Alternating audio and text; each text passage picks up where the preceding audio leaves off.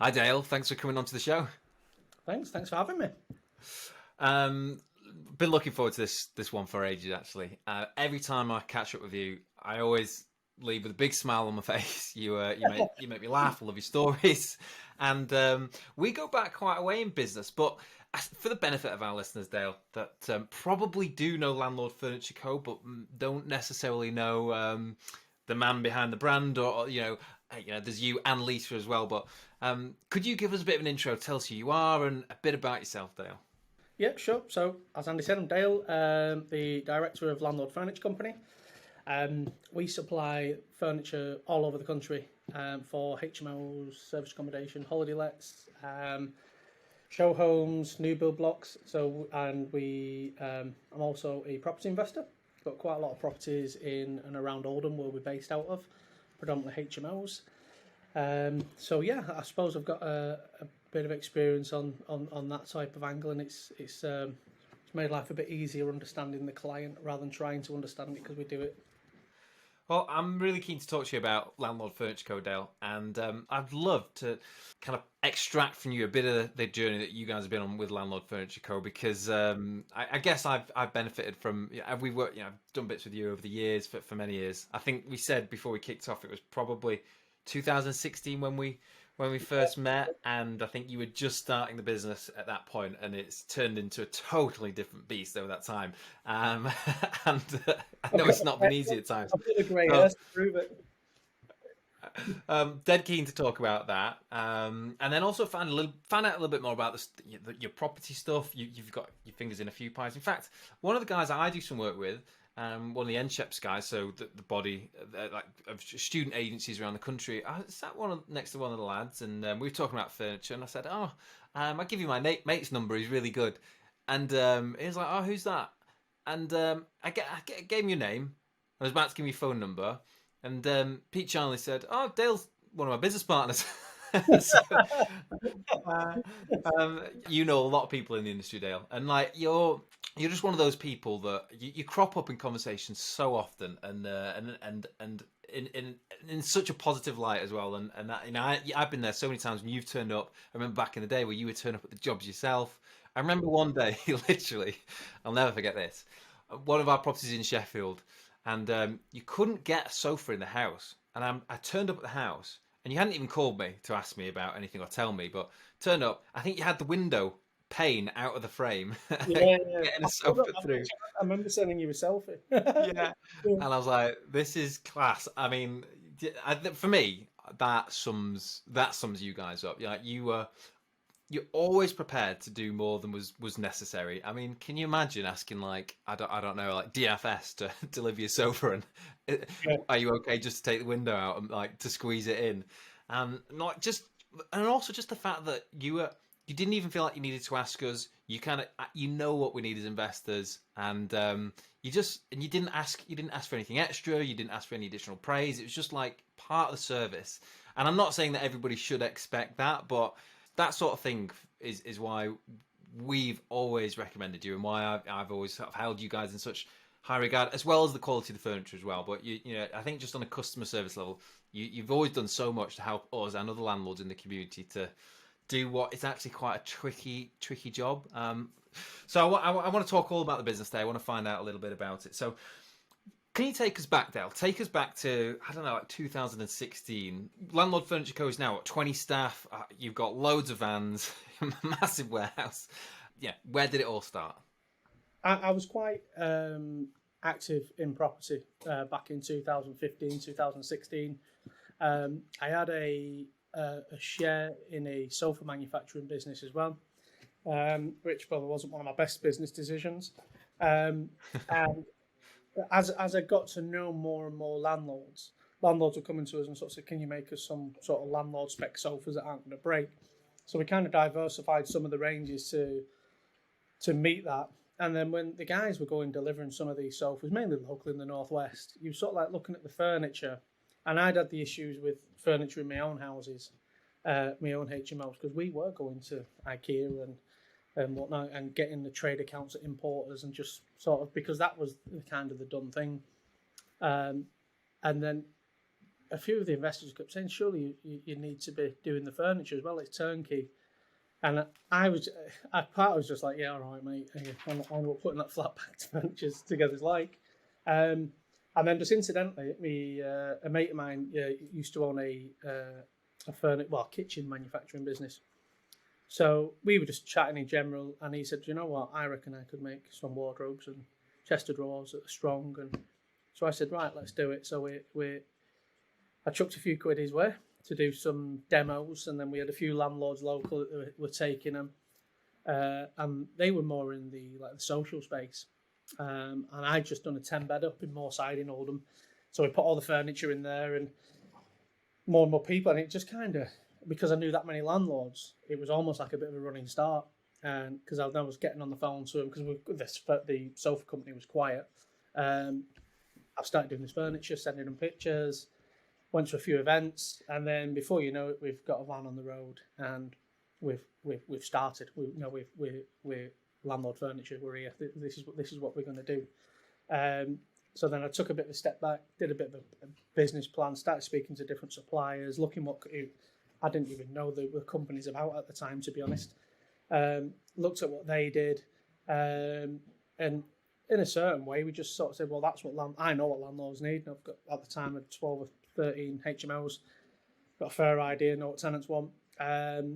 So we just started with like one or two ranges, because you were one of the first customers as well, weren't you? So you probably got some of them in some of your older HMOs, and then we just sort of that first 12 months was sort of like bettering everything. So we'd have one designer say, actually that doesn't work because of this, and then we realised we needed to be able to strip it down because it was coming assembled, but they glue the backboards in. So then we said, well, we need to change that, and then within 12 months, we had the same product we've got now, and we just keep churning it over, really. And then we just sort of added more colours. Then we decided we could have a bespoke size. We were manufacturing ourselves then. And then I suppose as we got this last 3 or 4 years, as we got bigger and bigger, we've outsourced a few things, but literally apart from maybe some dining tables and some dining chairs, I could literally throw a stone to the businesses that make it around here. It's we're all in the same area. So it's nice to keep everything being made locally, and yeah, it's funny. I went to the pub the other day, and I got speaking to a lad, and he said, "Oh, you want to speak to my boss? We manufacture furniture. My new job, we manufacture furniture for people that do HMOs." I was like, "Yes, we do it for Landlord Furniture." I went, "All right." And sat there having a beer. I never said a word. I went, "All right, nice." I mean, that trajectory of growth has been pretty phenomenal, hasn't it? You have really been. Is it fair to say you've kind of been flat out for what, 6 years more? Yeah. I mean, I won't lie. The first 3 years was I had my moments where you're thinking, is it worth it? Because if it's a business and it's just you or a piece of tech, there's not huge amounts of outlay. But obviously, I need bigger premises. I needed stock. Needed staff. So it's not it's not a type of business you could start with 20 grand. It isn't, and so I literally put everything I had into it. And I'd had a good few years with the properties. I was still doing work and consulting. So don't get me wrong, I didn't have hundreds of thousands behind me, but I had enough money to behind me to sort of say, well, I'm going to give it a go. And it worked like a case of I'm going to lose everything if it doesn't work, but I'd have my bank account would be empty. I'd be on beans on toast. So yeah, it just took like years, the first 3 or 4 years, just constantly reinvesting. Whether it be into website, to be fair, most of it was just into product and stock. And as we were chatting before we came live, like vans are bloody expensive, and it's the standard Lutons aren't right. They need to be extended, and so everything has a cost. Buildings, rent's 80 odd grand a year. It's for not. You start talking telephone numbers, and I've always had a saying in business: it doesn't matter how rich you are, your problems just have more noughts on. And it's a problem's a problem, isn't it? But then when you're in that position, and you're looking at what you need to earn. I mean, I remember when we got to the stage when you're sort of doing your I'm saying KPIs. That's absolute bull because we don't. I'm not that intelligent. We on zero when we and the account software when the accountant comes in on a Friday, prints off my averages and he goes through everything when we sit down and have a nice chat and it's great. And so I'm like, well, what does that number mean? And it was like £10,250 a week. What's that? And he said, that's what you need to pay the bills. And I was like, what? And I was like, and the following week was actually, for us, it was quite quiet. And it was almost like panic state, not so, because we don't waste any money, but I was just like, really? And he's like, yeah. And he goes, it's only going to get worse. And so then you kind of take all this stress on your shoulders, and I suppose when you get used to it, it's just someone's got to do it, haven't they? But actually, when you're looking at it, you say, yeah, but you're consistent. We hardly spend anything on advertising. It's all word of mouth, and it's returning customers. So we were sort of saying, imagine where we'd be if we sort of chucked £5,000 a month, £10,000 a month at social media advertising or Google ads. We'd literally be on fire. And he goes, yeah, but I said that number would double. He said, because obviously more staff, more vans. He said, but so would your profit. So yeah, it's interesting because you said that you're probably at another point where you can see that you could do that. Yeah. But alongside doing that would need you to upscale again, wouldn't it? More vans on the road, bigger premises, and more noughts again every month to service running the business. I suppose it's no different to any business. It's scaling, isn't it? And you have them growing pains. And I suppose because I'm not from a business background as such, as many of us haven't. I've just learned as I've gone along. Don't really have anyone in the family that run any big businesses with any sort of noticeable amount of staff where they can sort of hold your hand and sort of say, this is going to be all right, mate, because this is what happens, and then it goes sort of blah, blah, blah. So it's almost just throwing a coin in the air and say, are we doing it or not? And like I said to you before, I know we're at that stage now where we've gone a lot bigger, things are going great, but actually we could increase our capacity quite a lot. But the investment to do that is huge. Again, it's hundreds of thousands again, and it's just that stage of whether aren't we going to do it. It's but you don't want to be too comfortable, do you? It's it's difficult unless you're in that position. It's difficult, and I honestly think in the next few weeks it will just be like flick a coin. Yeah. Have there been times over the years where you've had serious concerns about what to do next, about whether or not you can overcome some of the challenges that have come your way, or do you think in some ways that you've been, I don't want to say fortunate because I know how hard you've worked, but maybe in an industry and in a space where the opportunity has just been so apparent that you've had kind of that confidence all the way through to back yourself. I know you said you had your moments, but have you had real serious sort of moments questioning like whether or not this whole thing can work? There must have been a point where you obviously got to and thought it is now working, but it's a big business now, and we're several years in, and it's like you said, so many moving parts. Yeah, it's just one big machine, and it's hard to keep them parts aligned. It genuinely is. It's so you'll have to have one person who's not done their part of the role, and as much as we don't have failed deliveries, I think, God's honest truth, I think we've had to ring 3 clients up in 8 years. Sorry, your delivery's not going to be ready. We've messed up. Can it come a day after? Can it come 2 days after? So we're all right at that. In terms of there was that time when we shut down in COVID. So there was that first, we sort of stayed shut for about a month, 6 weeks. And prior to that, was that to protect the staff, really, Dale? Because the guidelines around that. It was lack of knowledge of what you could and couldn't do. Because obviously, Boris was on the saying, "Stay at home, don't do this, don't do that." And let's face it, no one knew what the hell COVID was. And I remember sitting at home that morning, not knowing if you could go in work. So I was checking the cameras was at the old industrial unit there, and literally the gates are locked, and the council worked at the side of us. None of them are in. I'm thinking, right, well, if they aren't in, I'm not going in. but we just took on another unit because we was running out of space before we got this one. I just bought 2 new vans, cash. So the funds that we had in the bank, and I think we had about 9-10 staff then. So obviously they were worried about getting paid. I'm worrying about paying them. We could last a month or two, but then what? So it was kind of, and then it was like week 1 or week 2 in when good old Rishi was saying we'll pay this and we'll pay that. Not that we got anything apart from the lads on furlough, but so I was just sat there after like week 2. I said, right, we'll operate from home, operate the office, and we'll just get rid of stock. And no matter who we spoke to, everyone was giving us different answers as to what you could and couldn't do. Because essentially all we were doing is delivering furniture. And like all the furniture companies around here were closed, and all our competitors were still shut.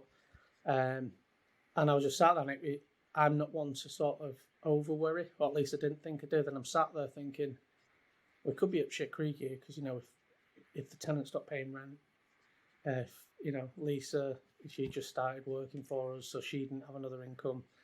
She was self-employed, so neither of us had any. I mean, we have savings clearly. And then I was like, is this? At one point, he's saying because on the news it was saying this could last 12 months, and I said, well, if it's 12 months, I'm not wasting all that money in the bank. I'll just do whatever I need to do and start up again another day. It was just like my head was a bit not everywhere, but it was just like, yeah, what do we do?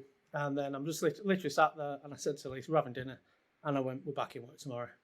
I went, get on the phone to them clients, so we ended up at night. People that we've had to delay. So I said, do you still need your furniture? And the clients are going, are you allowed? I'm like, do you want this furniture or not? So they were going, yeah, of course we do. I said, well, I've got it in the factory. I'll bring it on my own tomorrow. Well, was anyone there? And I'll never forget, it was in London at the first one. So I drove all the way down to London. It was like a ghost town. And we pulled up on a street just outside, just like south of Wimbledon. And like people twitching through the curtains. And there was just 2 builders there. And I said, have you been working? They went, oh yeah, we haven't stopped, so we can't afford to stop. So the only problem is we can't get materials, so we finished it. So we literally did about 4 weeks of just me like running ragged with all the stock we had, just fulfilling the orders that should have gone. And then, wow, to be honest, we basically bullied the suppliers to reopen. One of our suppliers was like, well, I don't think I'm going to reopen. I'm like, bollocks, get open. Get your staff back in, put them on skeleton staff to build my stuff. So that's what we did. And it was in hindsight, as much as now, it was the best decision we ever did. Obviously, it was caution for the first few weeks, then we just stayed strong on it. It's quite abrupt, to be honest, with some of the suppliers. Just sort of saying, well, if you don't open, I'll get someone else to open. Like bed manufacturers, they were shut for ages. And I was like, well, people need somewhere to sleep, so tough, you're opening. And they did. And even they'll say to now, it was good that you actually said, well, we'll go somewhere else, because we have a few hundred beds a week off them. And then, like, quite a few of the competitors just didn't open, for months. And we was just like, bring it in. And we've just but clients have come to us, seen our products and gone, and they've just stayed. It did pay dividends, that little decision from thinking I've had enough, I'm shutting up, to no, let's go for it. It's definitely a fag packet moment. I think that story says a lot about you, actually, Dale. I think the fact that you were prepared to get in the van yourself and take the furniture down and do the delivery says a huge amount about you. I don't know many business owners with businesses as established as yours that would do that or feel the need to do that. And almost just the tenacity to see that there probably was an opportunity to actually continue to do something, do it safely, and actually attract some new customers, bring some new customers in. Perhaps previously you hadn't had that opportunity to sort of reel in. So it's quite interesting to hear you talk about that. You've got such a far reach and quite a unique reach into our industry. I think I'm really keen to get to actually ask you some questions about some of the stuff that you see and what you think's working and doesn't work. But before I do, I've got one more question about Landlord Furniture Co. And I guess just from your experience just building this business and other businesses, what do you think it is? If you could box it all up, what do you think yeah, how would you say you've been able to do it? You know, what has it taken? What has been required to make it work? I think knowing what the client needs, as in knowing what, when I don't mean individual, I mean as a collective, what landlords need, but also knowing what tenants need.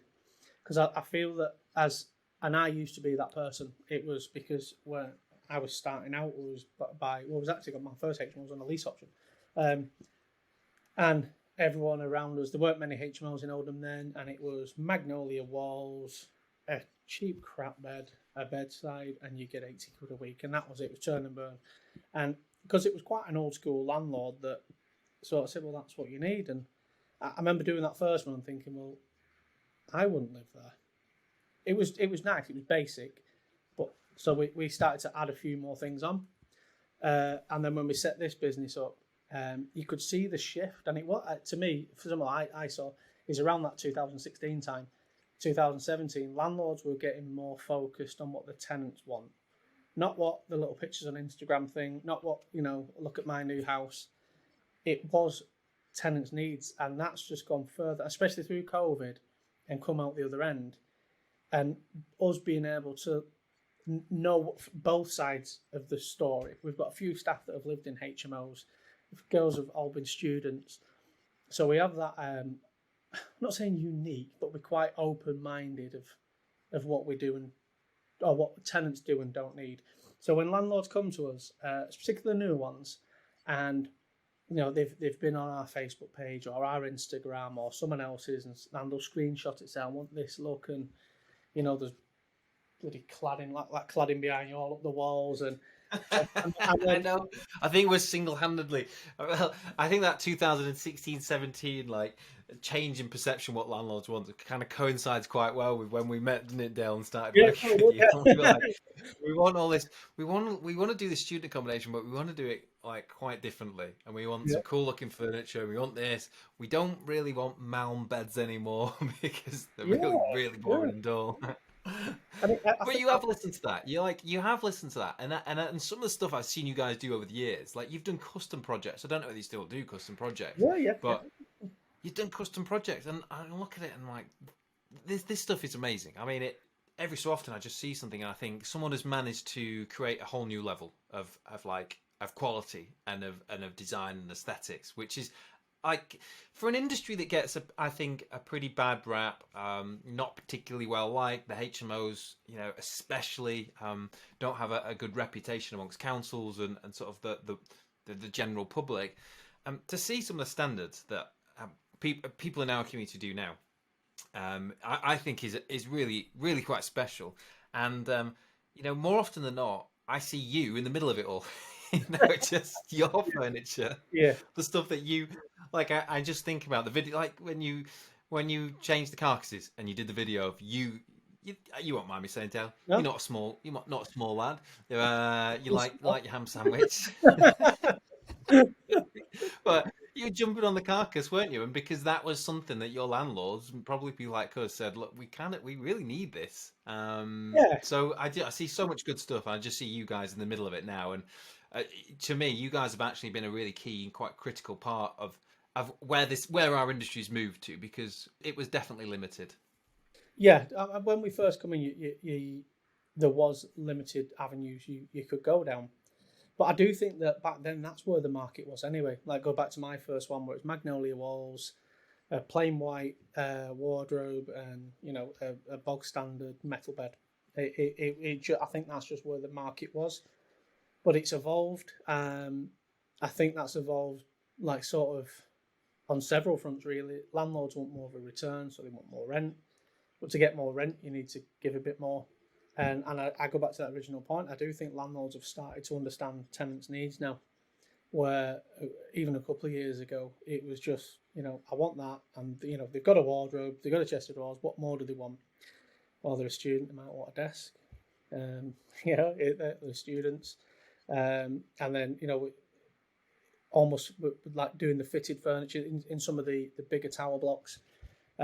We've designed and fitted sort of really funky beds, and when we get their plans, when they send the CADs over, the last one we did are actually done by a student, So this, and it's only a small block really. So what they've done is spoke to students, what the students need, and it's a private landlord that's done it, but he's in with the council, in with the uni, and to do it, they've just said, well, we'll go to like the tech department. Is anyone good on CADs to design furniture? Some young girls going, I'll have a bash. Right, but we need some research. So they've asked tenants, what they want, the students what they want, what they're missing, what have they got in their own houses that they'd like. And it was just really simple things like USB plugs with the USB Lightning, the new ones, a Wi-Fi speaker in each room, 20 quid. Slightly bigger desks than the smaller sort of IKEA ones that we've been used to. More storage under the bed. They like some shelves, and so this guy's basically done these designs and said, "Can you make them?" So we said, "Yeah," and we did it. And he's got a massive wow factor, and it's nice to see like well over half of our clients are now are thinking about what the end user wants, and rather than just sort of what's happening on Instagram. What's everyone else doing? What colour's trending? Obviously, they're keeping that in line, but actually giving them what they want. So we're doing now with cinema, on our Instagram. One of the local clients, he does quite a bit. They've done like a big cinema room in Salford. In the room, it's in the cellar, and he said, well, we weren't going to use it, but then his client said, well, no, it'd be great to have a nice sort of TV/cinema room in there. And it's huge, mate. You'll love it in your own house. It's absolutely massive.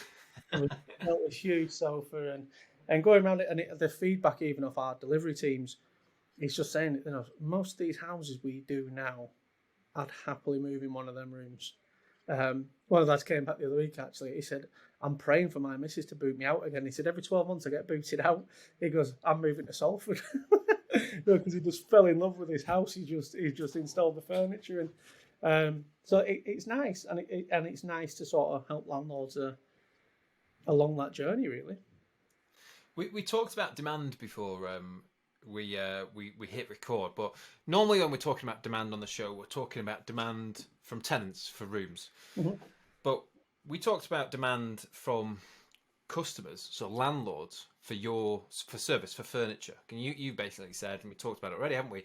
You cannot physically meet demand. You for the first time had to sort of turn people away because you physically cannot fulfill orders quickly enough, which is an amazing position to be in business. Yeah. But I know that I know that that's something you struggle with because you always want to be able to help everybody. But I think there's an interesting point there. You're not the only company that do landlord type of furniture. Absolutely, in my opinion, you are by far, head and shoulders above everybody else. You guys are the best. But you have got what, 5-6 vans on the road, 5-6 days a week, every single week. Is that about right? Yeah. So we've got 9 vehicles with 6 full-time teams. So we've always got a vehicle or 2 spare back here. And yeah, at the minute it's 6 days a week. What we have noticed is certainly the last 12 months, our average size HMO previous to that was a 6-bed. Our average size now is 9. Wow. So people are going from, like next week, we've really got 26 bedder, we've got 32 bedder, some really, really big schemes. But yeah, we try not have too many staff lying around or too many vans lying around, because obviously it costs money, and we do pay our staff well.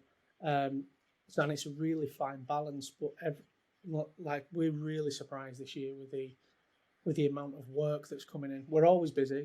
We've never really got we might have the odd team maybe once or twice a month because an order's been delayed or something. But I said to you before, we're sort of fully booked till the middle of September, and it's we could triple it. We could triple that workflow we've got if we could get the vans and if we could get the staff. But then it obviously goes on to that other thing of, well, do we need more premises? And it's nice to keep everyone happy, but obviously we are running a business as well, and it's them decisions are not easy ones to make, especially if you off a bit. This insight that you've got, I mean, I actually wasn't aware that and then it might be that people doing these slightly bigger projects, they're landlords and investors with a bit more experience. They're sort of maybe sitting on the periphery of our community. But it's really interesting to hear this. But I think what you just said then, the demand that you're getting from investors to fulfil projects, to get furniture into new HMOs, and the fact that you could probably double and treble the number of orders, if you had the ability to do it, it gives us a real sort of insight into the market. I think you're a good indicator actually of what's going on in the HMO market at the minute. The industry, it's become, I think, even in the last 6-7 years since we've known each other, it has become so mainstream. I mean, you talked about the wood chip walls and the magnolia, but and things have obviously changed. But HMOs, it is so mainstream now, isn't it? I mean, it is. It is. Are there many people who don't know about it and aren't thinking, and property investors who aren't seriously thinking about investing in HMOs? It seems to be growing arms and legs, our industry. Yeah, and I mean, people will always need somewhere to live, won't they? And I do think that maybe 5-6 years ago, HMOs was becoming a buzzword. I mean, I'll go back a few years, 2013, 2014. I didn't even know there were any of the HMOs in Oldham, I'll be honest. And now it's everywhere. And just to prove a point, today I went to the dentist this morning. I went and spoke to a friend of mine owns like a little convenience shop, sells all cleaning stuff, and I just went in to settle up a bill because my cleaner goes in, picks all the stuff up to clean the HMOs, and we just got talking, and his dad sort of sat at the corner, and he said, "Do you know any properties for sale?" And I said, "I don't, mate, no." I said, "If they were the right money, I'd be buying them." And he's laughing away. He said, "How many have you got?" I said, "Never you mind." And then, so Raj's, his son said, "What type of houses are yours? Are they flats or houses?" I said, "Most of mine are HMOs." And so Raji said, "What are HMOs?" And his dad turned around, and his dad's like in his 80s, and just went, "How can you not know what HMO is? They bloody everywhere." Did you tell him to listen to the podcast? Obviously, yeah. And told him where to get his furniture from. But what was interesting was his sort of 1990s perception, and he referred to them as DOS houses. He says, "What DOS houses?" Really? It's where all the dregs of society live. And I said, "Why don't you come round and look at some of mine?" He said, "I don't need to." I said, "All right, no worries." And just by chance, he stood up and he said, "Right, I've got a doctor's appointment." I said, "Well, if you go up Oldham Road, where the old pub used to be, the Black Swan." He went, "I do, yeah." I said, "That's mine. That's full of doctors, and that's a HMO." And he just went, "Point taken," and he walked off. So Raj is saying, "You've put my dad in his place," and not a lot of people do that. It was all fun and games. But the perception among people that aren't investors, or they're not, because of how the media portray it. If you went onto like the Oldham Chronicle, Oldham Times, whatever it is now, and like just typed in HM on the search bar, like the comments are just horrendous. And yeah, the people's perception. I think because there's more of them about, it's becoming apparent that obviously they're there and the councils are approving these schemes. Certainly where we live, and the ones where we're obviously doing through Landlord Furniture, landlords are doing bigger schemes. The commercial to resis are really sort of on fire at the minute. But also just refurbing existing HMOs. They're doing quite a lot of that at the minute. And I think that's now the knock-on effect of, as I went back, as I said earlier, a couple of years ago, people started to change from the Magnolia to the more design-led. And the people that stuck back here in sort of like the early 2000s with Magnolia and, still going to the charity shop for a bedside. Well, tenants now, because there's loads more tenants, have got a better choice, haven't they? So they're either having to lower the price or they just have to refurbish the houses and bring them up to life. So I'd say at the minute, at least probably 20-30% of what we're doing is current landlords that have owned the property for years, and they're having to up the game essentially because they've now got far more competitors than they ever have, I suppose. I get dragged in so many houses by so many landlords asking for advice about how to increase the rents, how to make sure I get tenants this year. And almost always one of the things I have to say is, look, your furniture's got to go. Like, you've got to change this furniture. Your house is actually pretty good, Mm. but the way you've got it set out and the whole look, is just not doing justice to the space you've got on offer. And so often they kind of just stuck on, well, this is solid furniture, and then sometimes it is solid Yeah, furniture. it has a But purpose. I say you can get solid furniture that looks great as well. And I said, look, I show them. I said, look at mine. Look at this house. Look at this house. Look at this house. Look at this house. Mm. The furniture's consistent, and when something breaks, we replace it with a piece that matches because that's important. And it's like the whole feeling that tenants get now. They need to be able to walk in and say, wow, you need to be able to put photos online like this, and they need to be able to see that and get excited, but then actually get that when they move in. Yeah. And the strange thing is, there are still so many people out there. There are still so many landlords who they're still only, like you say, coming to terms with it. But I mean, maybe they will just get the properties refurbed and get you guys in to do the furniture. Part of me hopes that they will sell them because I feel like Cheap. yeah, cheap as well. I feel like we need some of that churn over. Yeah. But there's still, it's great to see that so many people are doing so many great things. It's great to hear that there is so much activity in the market. It's really interesting hearing you talk about that from that kind of different position that you sit in. But there are still so many more out there. I remind everyone about this all the time. The market that we're operating in is massive, and if you're listening to the show and you're thinking about maybe buying 1 or 2 HMOs, you've just got to get 5 or 10 rooms absolutely banging, and almost no matter where you are in the country, you'll probably make it work because that's how valued spec and accommodation and standards are now. And it's not that difficult to do. Yeah, I suppose the only thing I'd add to that is try and into the design, because we've seen it. So I don't do many deliveries anymore, but we'd see it off the pictures of the guys. Because I've been on the side of the fence as the developer as well, is I just look at the maintenance side, the ongoing maintenance of it. So when you see these really out there designs and they look fantastic, all I think is, tenants like pissed going up the stairs, scraping the walls, and you've got all stripes running everywhere. It looks beautiful now, but just always been mindful of that ongoing maintenance. It doesn't. There's a balance, I feel. I think you're right, and to be honest, we've learned that the hard way on some occasions. Like, for some reason, we put some cool vinyl graphics, but on the stairwell, or on like a main traffic route into the kitchen, and they just get some of our tenants just wipe themselves down the walls, Yeah. and you end up having to take them off.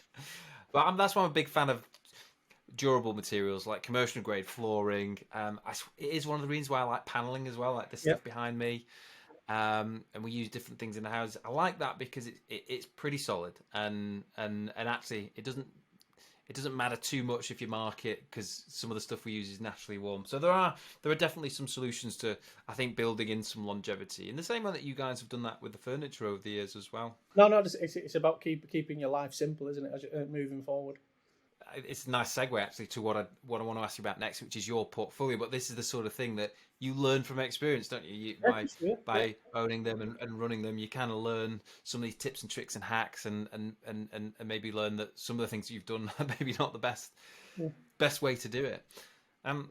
So you built the business after you'd already built your portfolio. So you kind of did it the same way as me, and I've since said that I wish I'd have done it the other way around. I actually wish I'd have started with the business first and then built my portfolio after. I think it would have been a lot easier to build my portfolio.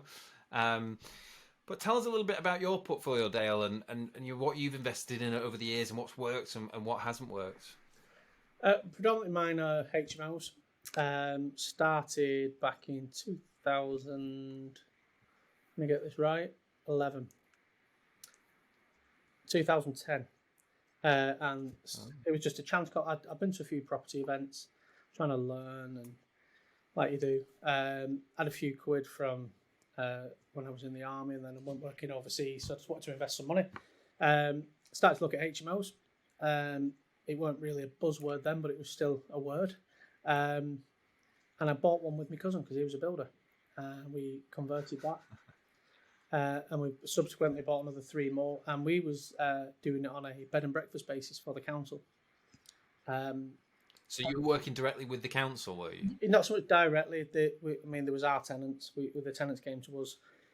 But it was when it was housing benefit before universal credit came in. So we got paid direct. And then a mate of a mate, he was doing it under contract, and he said if you do the bed and breakfast element, then you get paid 100 and whatever quid a week it was, 105 quid a week, which obviously 12 years ago was a lot of money, wasn't it? It's still decent money now for Oldham, that really, for a room. So we sat down with the HMO officers at the time and basically this is what we want to do. We then went to the housing benefit officers. This is what we want to do. This is what we want to provide. Because what we didn't want to do was go and do a cooked breakfast every day. So we basically kind of met in the middle. So it was tea, coffee, sugar, milk, loads of cereals, fresh loaves of bread delivered every other day, butter. So they can do what they want really, just did it themselves. And it worked quite well for a time. And then I met Pete Charnley, who we were on about before. I think we met at... But Pete's based in Lancaster, so how did you meet Pete? I met him at just a property event. We got chatting, met up a couple of times. And I think he just quite liked the way I was just getting on with it and never not working. So he just said, well, he had a pot of cash. He had a separate business at the time before he set up the estate agency. So we bundled together and we just started buying sort of smaller HMOs together. So we bought a couple in my local little village, just 4 and 5 beds. We converted them, or I converted them with a builder. So that worked really well. Then we did a 10 bed, which was a nightmare. Looking back, there wasn't enough due diligence done, let's say, because of where it was. We built this, was trying to get like how did we word it now? Like over 55s. Okay. So in our heads, because like my mum was widowed quite young in her 50s, we knew a few other people, so we said actually there might be an opportunity to create a community. It's in a beautiful area. It's got huge gardens. Let's make it special.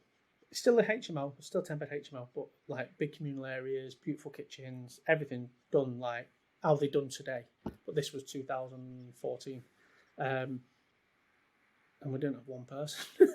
So we did this big advertising thing. And we had an open day. In fact, I've got the picture somewhere, I'll send it to you. So we've got a big plaque outside, open day, 15th of August or something. And like people was... we didn't word it right, so you can't just blame the public. Weren't worded right. And I remember opening the door, so that there's 3 of us involved in the house. There's me, Peter, and a lady called Helen. So we'd run around the house. I dressed it all, and to be fair, it was only second time Peter and Helen had been to the house. I'd done all the refurb. It took nearly 8 months, and like the doorbell rang. So we're going, "Where's the first one?" Laughing, and like this poor guy, how he even walked up the drive, I don't know. He was about 146, couldn't even step over the threshold, and I'm looking at his daughter thinking, she's just brought her dad. She wants to look at the room, but she wants her dad to live there. And is there any rooms on the ground floor? We said, yeah, all rooms are available. So, but can you fit a hoist? I said, so who's gonna use the hoist? It's not a care home. And she just went, yeah, but the care homes are expensive. And I just looked at her and I was like, wow. And literally the whole day then was just people that were very elderly, not sort of, not even in the 60s, it's like 80s and 90s. And I said, this just isn't going to work, is it? Because we had loads of people booking online, loads of people ringing. I'm all right coming up. I want to have a look around. And the only person of our target demographic who we would want to have the rooms was my mum and a mate. They'd come for a tire kick. And we sat there and I couldn't believe it. And Pete found it hilarious. He kept going outside laughing because my face says everything, apparently. He said, he's resting big faces out. Because I'm looking at people going, he can't walk, mate. You know, the drive's like that. And yeah, so we just said, well, we need to fill it. We've overspent on the refurb. So we filled it pretty quickly, and it was running great. But as more HMOs have come available locally, and we are right on a bus route, which is great. But people seem to want to live close to the town, so it has been a bit of a bind to keep that one full. So essentially, we just dropped the rent a bit. We charge 110 quid. I think we charge 95 now, and it is full. So yeah, and then shortly after that we did a few more smaller ones near the hospital. So we've got hospital staff in most of them, sort of 5-bed ensuite jobbies. And there's obviously you get your issues with lots of them. And then we bought the pub in Oldham, near Oldham town centre. And we ended up converting that's a 17-bed HMO split over 3 flats, and there's 2 studios at the back. So that was our biggest one to date. Absolute nightmare with builders was we actually outsourced that. I did a talk in it at an event in Blackpool for Nicky Talbot a while ago, and it was all going great for maybe 2 or 3 months, and then it just all went downhill. So yeah, I did that one with Pete. Me and Pete did that. We still got it, and I just can't tell you that the stuff the builders were doing, these so-called big contractors, and 2 of these idiots were the ones that used to go around to like all the Manchester hip events and progressive events, whatever they are, and they'd have the speakers sort of saying, if you want your job doing, speak to these guys, and then like by 3 months in, I'll probably get arrested now. The conversation didn't go very well with me, them, or the builders. And the final straw was I managed to get they were halfway through, probably top floor done to their standards. We kicked them off site, and I got my usual builder, Kev, our hero. He came and took over. It was just too big of a project for him, and then we kept some of the trades on to get it over the line. But one thing we've not really looked at is where the plumbers had put the waste for the soil, and it was lucky that Kev went down into the cellar because he's just concentrating on plastering the walls. It's all electric infrared radiators in there, so so he said, right, before we get the water on, let's make sure everything's right. And he came up. I remember his face like it was today. He says, "We've got a problem, son." I said, "Go on, call him Dad." I said, "Go on, Dad, what's up?" He went, all your waste for all the toilets down that side of the building, so there's 12 toilets, they've plumbed it into a soakaway in the cellar where the beer used to go, not into the sewers." And I was like, "You are joking." I went, "No." He said, "But that's not your real problem." He said, "What?" He said, "We've got 5 people on site for the last however many months, and they've been using that toilet on the top floor. And because obviously it's on the top floor, it's just," and I'm like, "Oh God." And he said, "If you think I'm touching other people's turds," I was like, "What do we do then?" So he was literally, his son worked for me, he videoed it. So he's got hold of one end of the pipe, I've got hold of the other, and I'm just tapping it with a little rubber hammer just to try and get it off. And then he heard a big thud where it was all coming down, and then literally the whole, it must have been almost, I don't know, 3 or 4 inches, quite a big room, but like 3 or 4 inches deep in soil.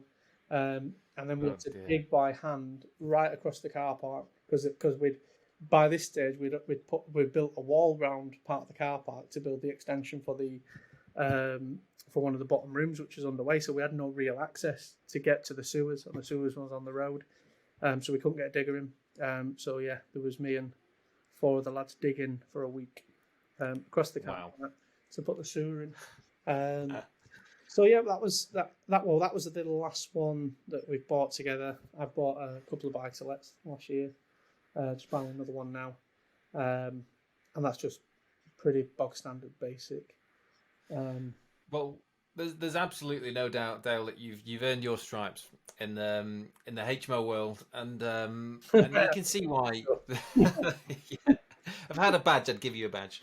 But mate. Yeah, you can see why the products, at Landlord Furniture Co are so good, because clearly all of this year's experience and quite literally shoveling shit and figuring stuff out, and and just having to deal with the problems has gone into your products, and I think that is why you guys are so loved, and why you've got so many ambassadors.